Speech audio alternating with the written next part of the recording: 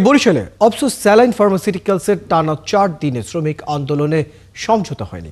আঞ্চলিক শ্রম দপ্তরের বৈঠকে মালিক পক্ষের প্রতিনিধিরা জানিয়েছেন ছাঁটাই করা কর্মচারীদের তারা ফেরত নিতে পারবেন না। অপরদিকে শ্রমিকদের দাবি যে কোনো মূল্যে চাকরি ফেরত পেতে হবে, দরকার হলে তারা আরও বৃহত্তর আন্দোলনের ডাক দেবেন। দর্শক, এই বিষয়টি নিয়ে আরও বিস্তারিত জানাতে আমাদের সাথে যুক্ত হচ্ছেন সহকর্মী বিধান সরকার। বিধান সরকার, শ্রমিকদের আন্দোলনের সর্বশেষ অবস্থা কি সেখানকার, সে বিষয়ে জানতে চাই আপনার কাছে।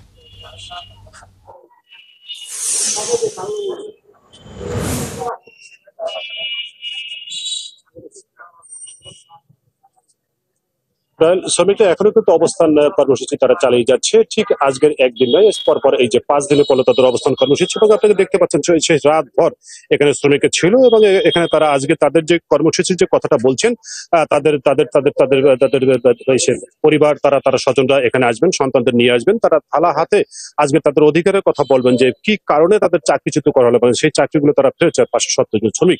এবং আজকের আবার কিন্তু ঠিক যে শ্রম দপ্তরে উপপরিচালকের কার্যালয়ে একটি বৈঠক আছে, সাড়ে 2:30টায় সময় তারা সময় দিয়েছে।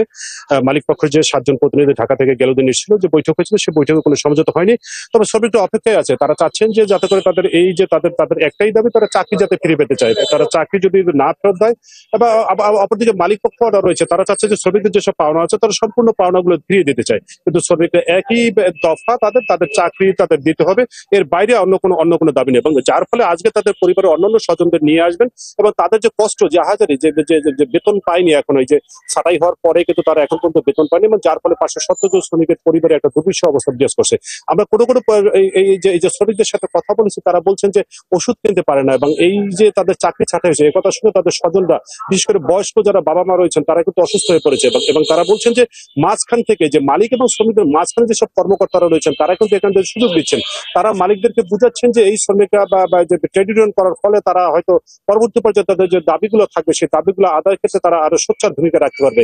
আসলে মূলত ট্রেড ইউনিয়ন করা এটা তাদের জন্য একটা কাল হয়ে দাঁড়িয়েছে, এবং ওনারা 1 মাস আগে একটি ট্রেড ইউনিয়ন পেয়েছে, এই যে অফসাইন ফার্মাসিউটিক্যালস লিমিটেডের যে কর্মচারীরা, শ্রমিকরা। এবং তারা বলছেন যে যাই হোক না কেন, তাদের কিন্তু এর পরবর্তী পর্যায়ে যদি আজকের বৈঠকে ফলপ্রসূ কোনো সিদ্ধান্ত না আসে, পরবর্তী পর্যায়ে অন্যান্য যেসব কারখানার শ্রমিক রয়েছে তাদেরকে ডেকে এনে তারপর বড় ধরনের একটা মুভমেন্ট তারা তৈরি করবে, এবং যেটা পরবর্তী পর্যায়ে ঢাকা পর্যন্ত লং মার্চ করার যে কর্মসূচি তারা দিতে পারেন বলে শ্রমিকরা জানিয়েছেন। রয়েল বিধান সরকার, খবর রাখতে থাকুন, প্রয়োজনে আবারও যুক্ত হবো আপনার সাথে। দর্শক, আমাদের সাথে সহকর্মী বিধান সরকার যুক্ত ছিলেন বরিশাল থেকে। সেখানে অফসোস স্যালাইন ফার্মাসিউটিক্যালসের টানা 4 দিনের শ্রমিক আন্দোলন চলছে এবং সেখানে এখনো পর্যন্ত সমঝোতা হয়নি, এবং সেই বিষয়গুলো নিয়ে আরও বিস্তারিত তার কাছ থেকে জানছিলাম।